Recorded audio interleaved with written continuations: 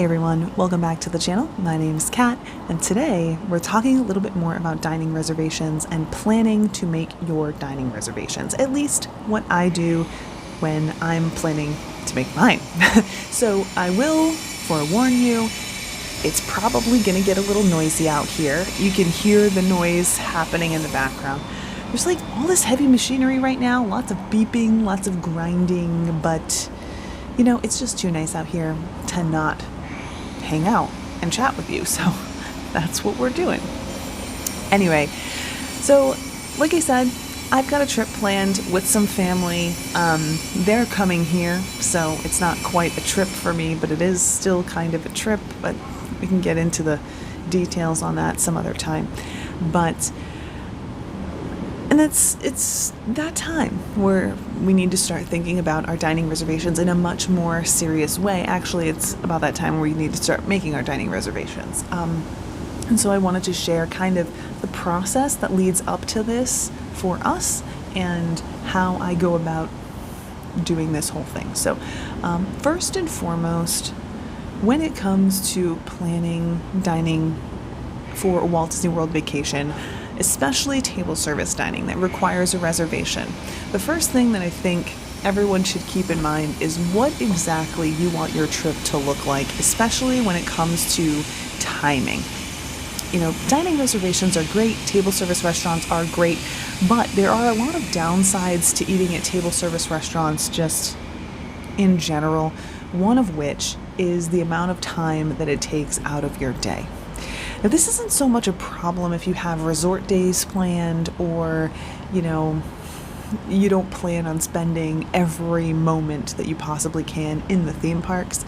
But if you are looking at dining reservations that require a theme park ticket, especially if you only have a limited amount of time here at Walt Disney World, this is something you're going to want to be aware of, at least in my opinion. Dining takes time, and some dining takes more time than others. As you guys may have seen, we recently went to Space 220, and we actually were a little surprised at how lengthy the dining experience was, which there's nothing wrong with, but it is something you should be aware of. Different dining takes more time. Some restaurants like rush you through, and that's great for some people, but not great for others. So, you know, just figure out how you prioritize table service dining in general before you invest too heavily in table service dining during your Disney trip. That's kind of the place to begin. Now, for us, during this upcoming trip, we are focusing more on relaxation and less on resort or park time, I should say. So more resort days, less park days. There are a few things in particular that we are going to be doing at the parks, but for the most part, the travel element is resort days and some table service dining. So we're not focusing on any dining happening in the parks because we're not going to waste our time or the money on getting park tickets in order to dine at those locations. But there is ample time every other day that my family will be here to do dining reservations. So we're focusing on, like I said, other dining opportunities that don't require park tickets. So how is it that we come up with that? How is it that we come up with the list? See, I told you it was going to get loud. The list of places that we want to eat. Well, great question. What we like to do is we like to take some time over the course of, well, as soon as we know that we're going to be visiting Disney, we like to start making a list of the places that we want to go, the things we want to do, the places we may want to eat. And this is no exception, this upcoming trip. Notebooks were purchased, pens were frantically scratching out where we want to eat. And that list is a pretty big one, but it starts to get whittled down over time. So especially if you're planning your trip like a year in advance, one thing that people will do is like they'll look at something that they want to try, they'll see a dining experience they're interested in, and over time it may change, a menu item may leave, and then that gets scratched off the list, especially if there was a particular experience you were looking for.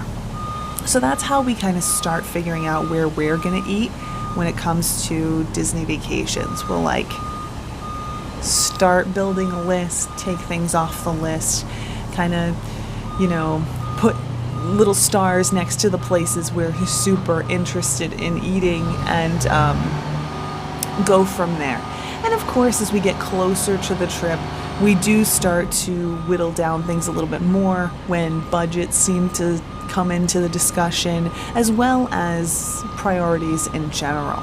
So the first step for us is we'll kind of talk to everyone in the family and be like, okay, so what exactly is it that you want to do? Like, what's your number 1, 2, and 3? And then we'll talk to other people and see what they want to do, and kind of build a more specific list for a particular trip from there. Now, I do want to add real quick, if you are traveling, especially with multiple groups of adults, there's a good chance that some people will prioritize certain experiences over others. It's okay to schedule separate experiences. Not everyone has to do everything the whole trip. I know that this isn't something that most people will come out and communicate, but there are a lot of families who need to hear this. If it's not in someone's budget to go to like Oga's Cantina, maybe they're not going to buy a park ticket. Maybe they're not interested in Oga's Cantina at all. It's okay to plan time for that family member or that small group who does want to do that thing to go ahead and do that thing. It's just important that you communicate that with the entire group and let them know, hey, we're going to block off this specific time or this specific day in order to do this thing, so let's not plan anything else there. This is something that we have done over the years, especially as siblings and whatnot have grown up and the family has kind of grown up as a whole. Not everyone is interested in everything all the time, and there's nothing wrong with that. And honestly, I think it's really healthy to have like this separation during vacation, so that you guys can go your own separate ways and take a breath every once in a while.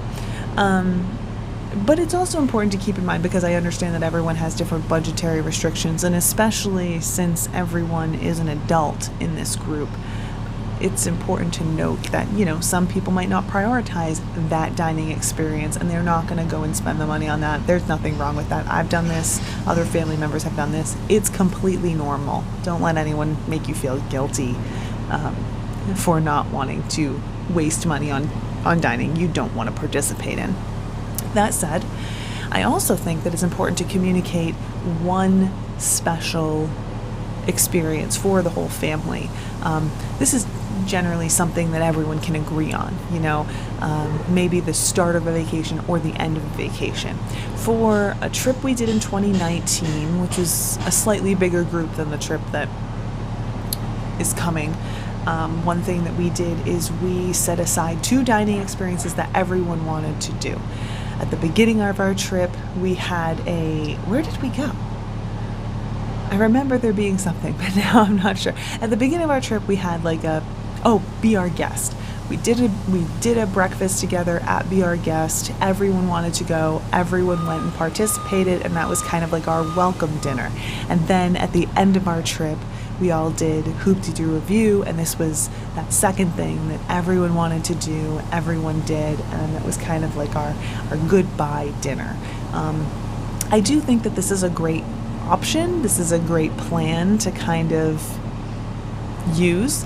And it's a good way to, especially if you have, like I said, multiple adult groups traveling together, it's a good way to kind of be like, well, we're coming together for this, we're coming together for this, everyone wants to do this, everyone wants to do this, and so everything in between is optional. So that's something that we do I highly recommend it because there are different dining experiences that not everyone wants to do. So we've found out what restaurants we want. We've communicated who's going to what. It's getting to that point where we've figured out our budget and we've figured out where we're going to eat because we can afford it. What's next? So right before that dining window opens, I, again, always reach out to family members and figure out, number one, who's going to book the dining reservations, especially the group dining reservations, and number two, I reconfirm all of the priorities that everyone has. So, I reached out, everyone's like, you should book the dining reservations. I was like, okay, not a big deal. So I take on that responsibility, and because I took on that responsibility, I kind of built a secondary, third, fourth list even of all the things that everyone definitely wants to do in the order that they want to do them in. I also go ahead and ask what time frames. So there are a few different restaurants. I think there were 3 different restaurants that we want to do for this upcoming trip that are like things to try for, but all of them are, everyone wants to do them at a certain time. So someone wants to do a brunch at like 2, then there's dinner at like 6 or 7 or whatever, and then another breakfast, but everyone wants to do it a little bit later, so reaching for like a 10:30. So now that I have that all squared away, I can go into the app and figure out when, or on the website, and figure out what I can book and when. Okay, so that's where we've arrived in our process. Now, depending on what your trip looks like, there are different methods that I think you should utilize in order to book your dining reservations. So generally speaking, if you are doing a standard kind of Disney vacation, you're staying on property, you have the opportunity to book 60 days in advance of your check-in. But here's the thing. That is 60 days in advance, assuming you have one reservation or confirmation number and you are not changing hotels. So this means no split stays, doesn't mean any of that. This also doesn't apply to people who are staying off property. We're going to have a separate discussion about that. Russ is going to sit down with us on that one, and we'll talk a little bit more about making dining reservations in general, because there's a lot to say about that. But for vacationers who are staying on property, you can do 60 days in advance plus the length of your stay up to, I think, 14 days. But if you are doing a split stay, or if you are, in our case, Disney Vacation Club members who are having to piece together reservations, maybe from different contracts, and that means different reservation numbers, then it's 60 days from your check-in date for every new check-in date that you have. Okay, so if your reservations cannot be merged together, we've talked about this in the past, for one reason or another, you have multiple dining reservation opening days that you're going to want to be aware of. That's the case for this upcoming trip. So there is like, one day is for the first reservation. I can do like 2 or 3 days, and so on and so forth. Now, assuming that that's not the case for you, because I know we got a little complex there. Assuming you have just one reservation number, one long trip. Let's say it's 10 days for the sake of discussion. My recommendation is always to try and get the most difficult reservation first, and start at the end of your dining reservation window and move forward.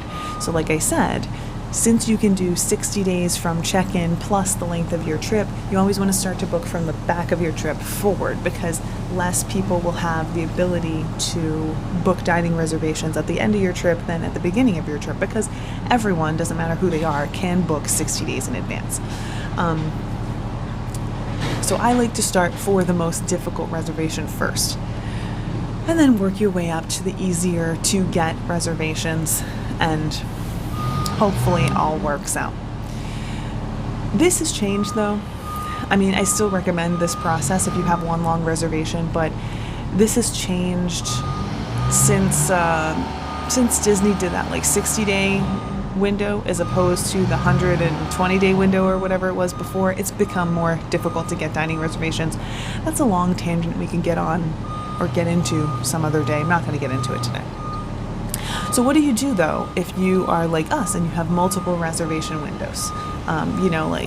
Only 2 or 3 days at a stretch. Well, I think in that case you have to be smart about how you're making your dining reservations. This is why it becomes so important to have that priority list and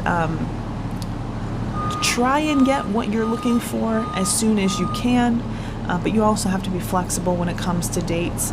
And I think if it were me, you'd want to take the longest window that you have available and try and get the most difficult dining reservation during that window, assuming that you couldn't get it prior.